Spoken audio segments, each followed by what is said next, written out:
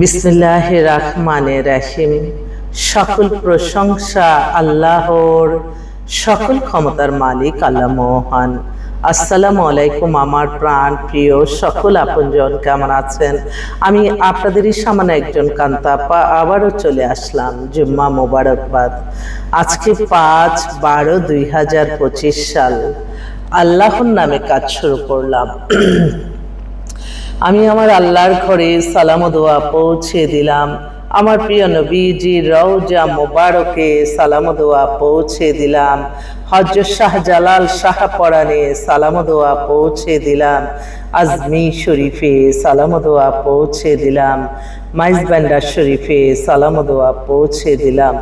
আল্লাহ আপনি নামাজ রোজা ইবাদত বন্দিগি কবুল আর মঞ্জুর করে নেন। আল্লাহ ঋণগ্রস্ত হয়ে গেছে, আল্লাহ ঋণ মুক্ত করে দেন, আল্লাহ ঋণ মুক্ত করে দেন, আমিন। আমি হচ্ছে আপনাদেরই কান্তাপা, পাত্রপাত্রীর সন্ধান দিয়ে বিয়ে শাদীর একটা মাধ্যম। আপনাদের অনেকের ঘরেই বিবাহযোগ্য ছেলে মেয়ে আছে, ইনশাল্লাহ আমাদের প্রতিষ্ঠানে সরাসরি চলে আসতে পারেন। আমাদের অফিসের ঠিকানাটা বলে দিচ্ছি। বাড়ির number 8, block B, main road, Banasree, Rampura, lifted 2।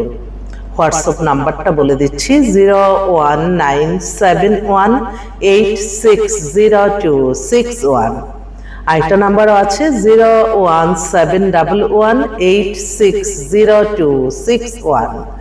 আল্লাহর নামে কাজ শুরু করলাম। এমন দিনের শুক্রবার আমি আমার প্রিয় নবীজি রওজা মোবারকে সেই সকাল 9টা থেকে বসে আপনাদের জন্য দোয়া করেছি।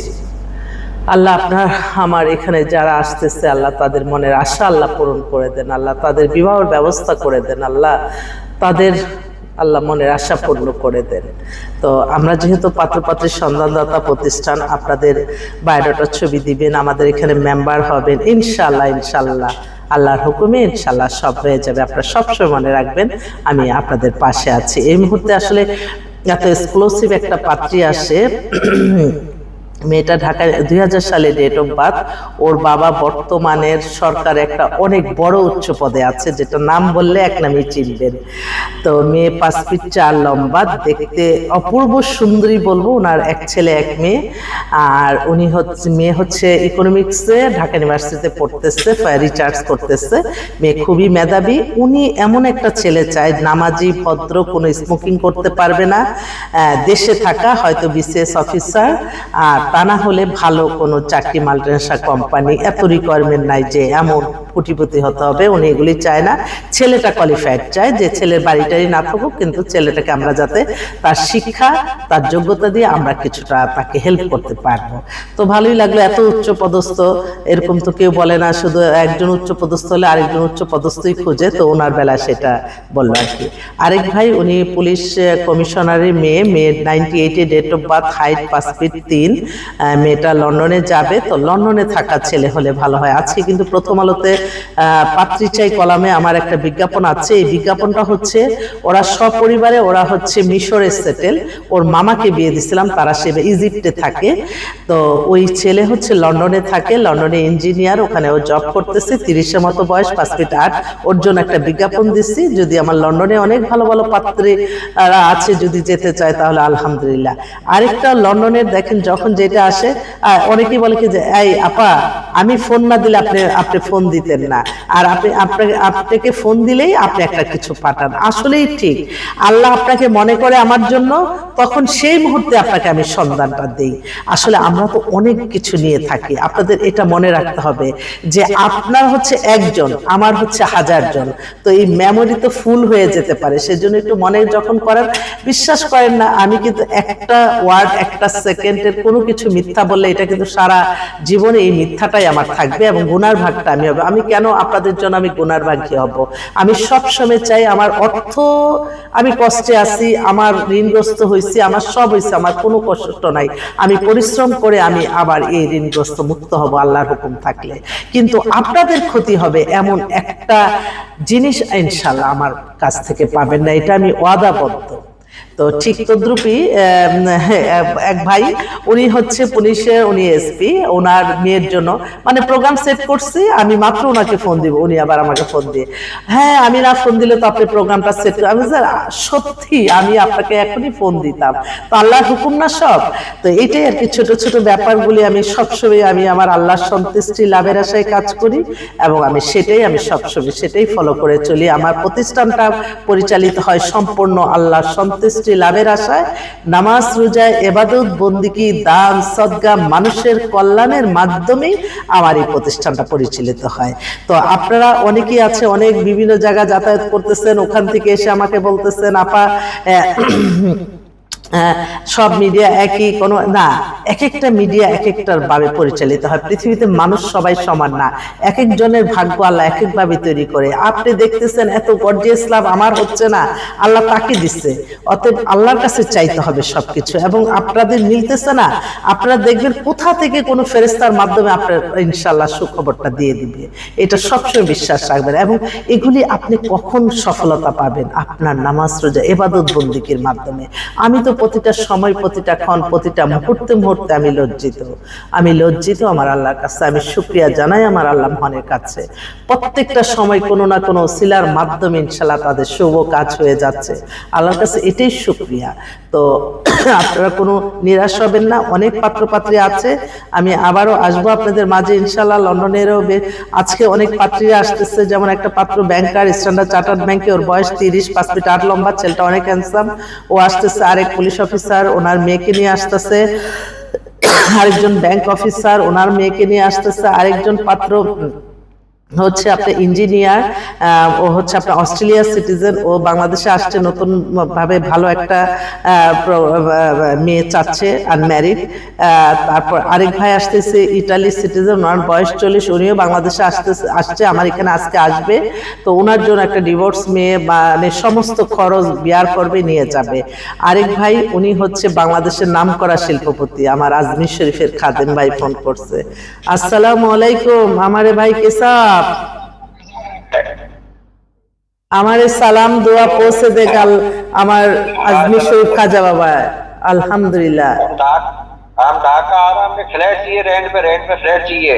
ओके अल्हम्दुलिल्लाह, हमारे टिकट में सेंड करेगा। আমি কিছুই জানি না কথা ওদেরকে। এইটা শিল্পপতির মেয়েটা বলি, ওনার দুইটাই মেয়ে, ওনার আমি যদি নাম বলি এক নামে চিনবেন, বাংলাদেশে নাম করা শিল্পপতি। ওনার দুইটা মেয়ে জমজ, দুই মেয়ে 2003-এ জন্ম, 15 মিনিটের বড় ছোট। একটা মেয়ে হচ্ছে আপনার বড় যেটা, সেটা হচ্ছে আপনার ব্যারিস্টারি পড়তেছে ইয়েতে লন্ডনে। আরেকটা মেয়ে হচ্ছে পাসিং, ও হচ্ছে ডাক্তারি। দুজনই লন্ডনে আছে। তো মেয়েটা একটু স্বাস্থ্যটা ভালো, কিন্তু খুব সুন্দর। ঢাকায় ওদের 20 তলা নিজস্ব টাওয়ার, বাড়ি গাড়ি, কোনো কিছুর অভাব নাই আলহামদুলিল্লাহ। তো উনি চাচ্ছিল ওনার মেয়েদের জন্য ভালো একটা ছেলে, যদি এরকম গ্রুপ অফ কোম্পানির মালিক হয়, কারণ উনি কিন্তু বাংলাদেশের, মানে আমি আর কি বলবো, এক নামে পরিচিত হবে। এটা আজকে নতুন পেলাম আলহামদুলিল্লাহ। তো ওর জন্য একটা ভালো একটা ছেলে চাচ্ছে। আসলে অনেক বেটার অনেক পাত্র পাত্রী আছে, আপনারা হয়তো আমাদের কাছে আসলে কিন্তু এট এ টাইমে অনেক কিছু সন্ধান পেয়ে যান, অনেকগুলি বাছাই করে আপনারা নেন, এবং সেক্ষেত্রে কিন্তু আপনারা বেটার কিছুই পাচ্ছেন, এবং কোনো ফলস হওয়ার সম্ভাবনা থাকে না, এবং এটা মাশাআল্লাহ বলবেন। এবং এখান থেকে বিয়ে শাদী কমপ্লিট হওয়ার পরে আপনার কোনো ফলসও পড়েন না। অনেকেই বলে যে আপা এমক জন আনছে, আমরা খোঁজ খবর না নিয়ে বিশ্বাসের উপরে দিছি, আত্মীয় স্বজন না করলেও মাইন্ড করে, তা এই প্রবলেম। তো আর আমাদের কাছে যে ছেলে মেয়েরা ডাইরেক্ট আসতেছে, আমার সাথে মিট করতেছে, আমি তাদের বাসায় যাচ্ছি, তারা আমাকে নিজে কফি বানিয়ে খাচ্ছে, সেই মেয়েটা তো আর কারোর সাথে অ্যাফেয়ার থাকলে সেই মেয়ে কখনোই আমার কাছে আসতো না। আর যে ছেলেটা কফি বানিয়ে খাচ্ছে আমাকে ঘটককে, সে তো আর অন্যখানে প্রেম ভালোবাসা থাকলে সে আসতো না। আর এখনকার প্রেম ভালোবাসা কিন্তু অনেক গভীরে চলে যায়, অনেক সময় হাজবেন্ড ওয়াইফের মতো থাকে। তখন তারা যখন জোর করে ছেলের পক্ষ বা মেয়ে পক্ষ তাদের আত্মীয় স্বজন অন্যখানে দেয়, তখনই কিন্তু ওই জিনিসটা ভুলতে কিন্তু একটু সময় লাগে।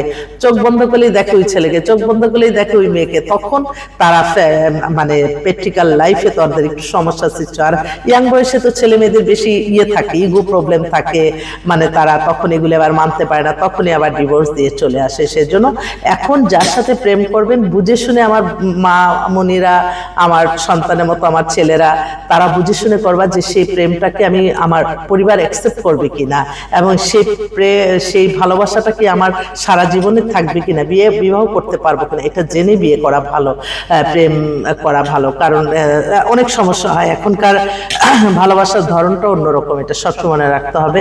আর আমার অনেক প্রবাসী ভাইদের আমার একটাই অনুরোধ, তোমরা যদি দেশে না আসতে পারো, বিদেশেই থাকো, তাহলে ওই টেলিফোনে বিয়ে করে ওই লং টাইমে যে আসবা না, ওই সময়টা কিন্তু তৃতীয় ব্যক্তি প্রবেশ করে। এবং মানুষের মন, তো তোমরা হয়তো বিদেশে থাকো, তোমাদের অনেক কিছু, কিন্তু বাংলাদেশে আর এখনকার মেয়েরা একটু বেশি অ্যাক্টিভ, এই হাতের নাগালে সব পেয়ে যাচ্ছে।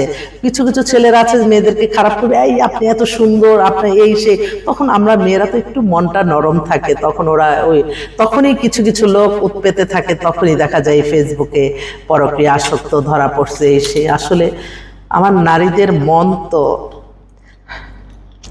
নারীদের কষ্ট তো ছেলেরা বুঝবে না। আপনি ক্ষুধার্ত, আপনি খাওয়া দাওয়া করলেন শেষ, কিন্তু মানুষের যে শারীরিক সম্পর্ক, এটা একটা পবিত্র সম্পর্ক বিবাহের মাধ্যমে, সেই সম্পর্কটা যদি আপনি অবৈধ হয় তাহলে তো আল্লাহ গুনাহ দিবে। চরিত্র এবং ঈমান ঠিক রাখার জন্য তো বিয়েটা ফরজ। তোই আমার বোনরা অনেকে কষ্টের শেষ নাই তাদের, এই কষ্টের কথা আর কাকে বলবে, এটা তো পুরুষরা আর বুঝবে না। তো সবসময় আল্লাহ যাতে আমার বোনদের হেফাজত করে চরিত্র এবং ঈমান, এবং যে বোনরা আসতেছে বিবাহের জন্য, আল্লাহ আপনি তাদের আশাগুলি আপনি পূরণ করে দেন। তারা কিন্তু গুনার চিন্তা করে, আল্লাহ তারা কিন্তু গুনার চিন্তা করে, আপনি তাদেরকে বিবাহের ব্যবস্থা করে দেন, বিবাহের ব্যবস্থা করে দেন। আমার ভাইদেরও, আমার ভাইরা অনেকে আছে হয়তো দ্বিতীয় বিবাহ করতে চাচ্ছে, বলে ওয়াইফ অসুস্থ, এসে তাদেরকেও চরিত্র এবং ঈমান ঠিক রাখার জন্য বিবাহের ব্যবস্থা করে দেন। গুনার চিন্তা যে করবে কখনোই সে খারাপ কোনো কিছু করতে পারবে না, এটা আমি সবসময় মানি। তো সবাই ভালো থাকবেন, দোয়া করবেন যাতে মানুষের খেদমতে থাকতে পারি, আল্লাহর সন্তুষ্ট লাভের আশায় কাজ করে যেতে পারি। আমি সকলের দোয়া চাই, দোয়ার চেয়ে বড় শক্তি আর এই পৃথিবীতে কিছু নাই। আমি আমার আল্লাহর ঘর, আমার প্রিয় নবীজির ঘর থেকে ঘুরে আসছি। আল্লাহ যে যে আশায় আসতেছে, আল্লাহ আপনি তাদের আশাগুলি পূর্ণ করে দেন, পূর্ণ করে দেন। আমিন।